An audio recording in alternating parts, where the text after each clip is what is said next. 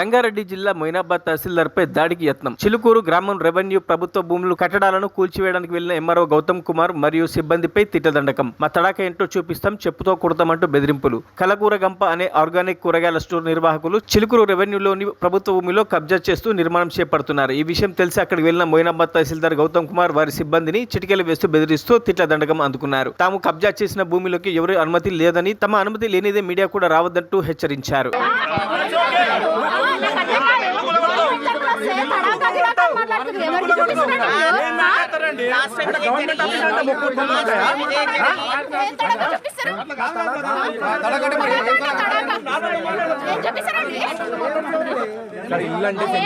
Sir వచ్చిన ఒక magistrate వచ్చినప్పుడు మీరు మాట్లాడారు కదా, ఇల్లీగలే ఉంటది.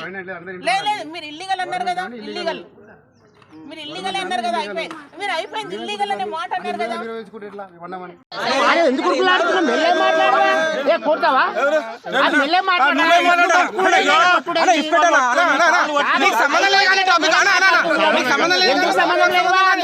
సంబంధం అందరికి ఉంటుంది మాట్లాడినప్పుడు. మరిన్ని అప్డేట్స్ కోసం మా ఛానల్ని సబ్స్క్రైబ్ చేయండి.